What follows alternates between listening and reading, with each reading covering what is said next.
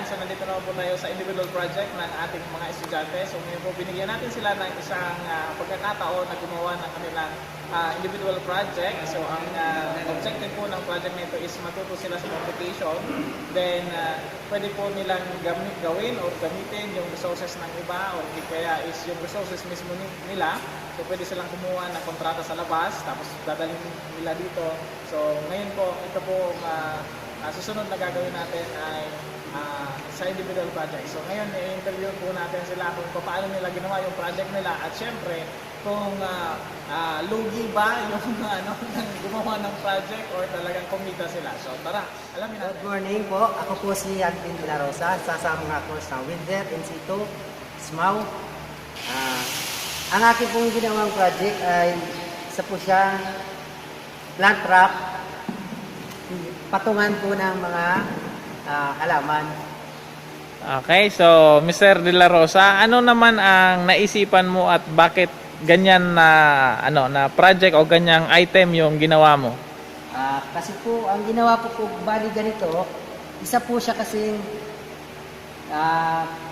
pwede po siyang pang-decorate sa mga bahay, sa loob ng bahay o kaya sa school, sa mga pang apartment, pwede po siyang i-design sa. Okay, so ano ba yung project mo? Pansarili or nakakontrata ka? Ito po ay nakakontrata po ako. Wow. So tingnan natin kung lugi ka or panalo, ano? Okay, so paano mo naman na-arrive yung ganyang design? Paano mo naman naisip yung ganito yung design na gagawin ko? Ito po kasi po ito pinakita lang po sa amin ng nagpakontrata sa akin.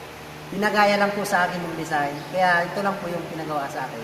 Ginaya ko rin po. Okay. So ibig sabihin may may basis ka na, ano po? So may dati ng design, tapos ginaya mo na lang siya.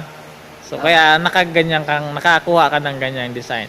Okay, so ano naman yung mga materialis na ginamit mo diyan? Ang materialis pong ginamit ko, angle bar 1x1, saka flat bar 1x1 Odiona pa rin. Yun lang po. At saka welding rod, siyempre, grinding, cut off, gumamit din ako ng pintura, epoxy primer. Yun lang po.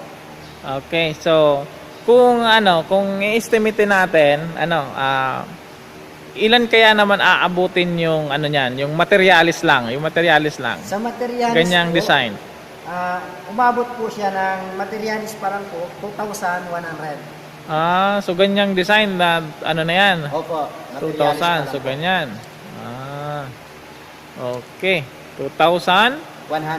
2,100. Mga ilang araw naman yan tinapos? Po ito, almost 2 days lang po. 2 days. Bilis 2 days. So kung lalahatin natin, mga ilan kaya yung natin in-effort natin diyan na pera?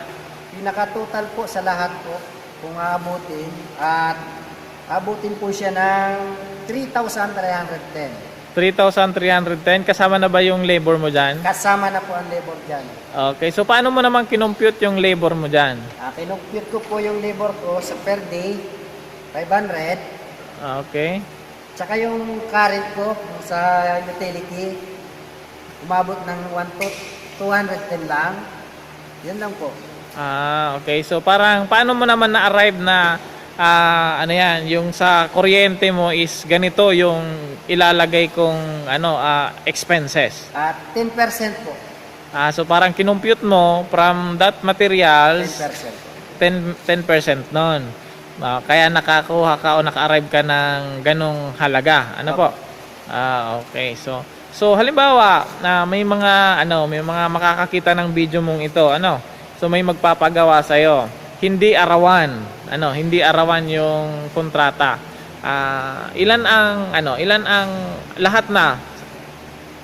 ilan ang ibabayad sa iyo? Sa isang ganito po, Oo. pwede po siya makuha mo ng 5,000. 5,000. Okay. So, ngayon, ito na ginawa mong project,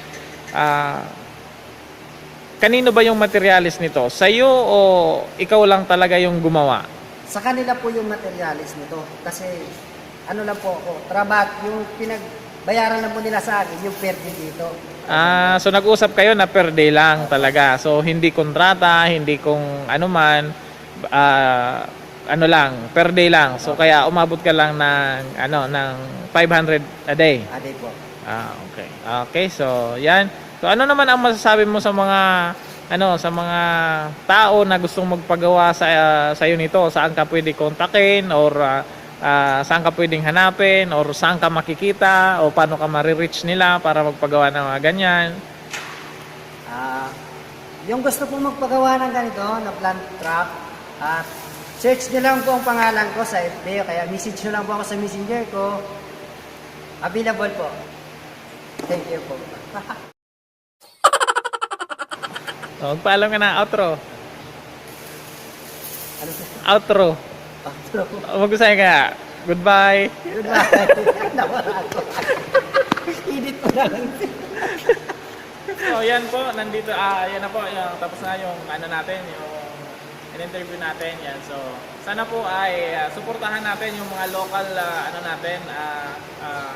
construction worker, local fabricator natin. Kaya kung gusto po ninyo magpagawa o kung gusto nyo magpatrabaho, so kontakin nyo lang po sila. So wala po ako ditong 10% yan. So goodbye, don't forget to share, like, and subscribe. Bye-bye!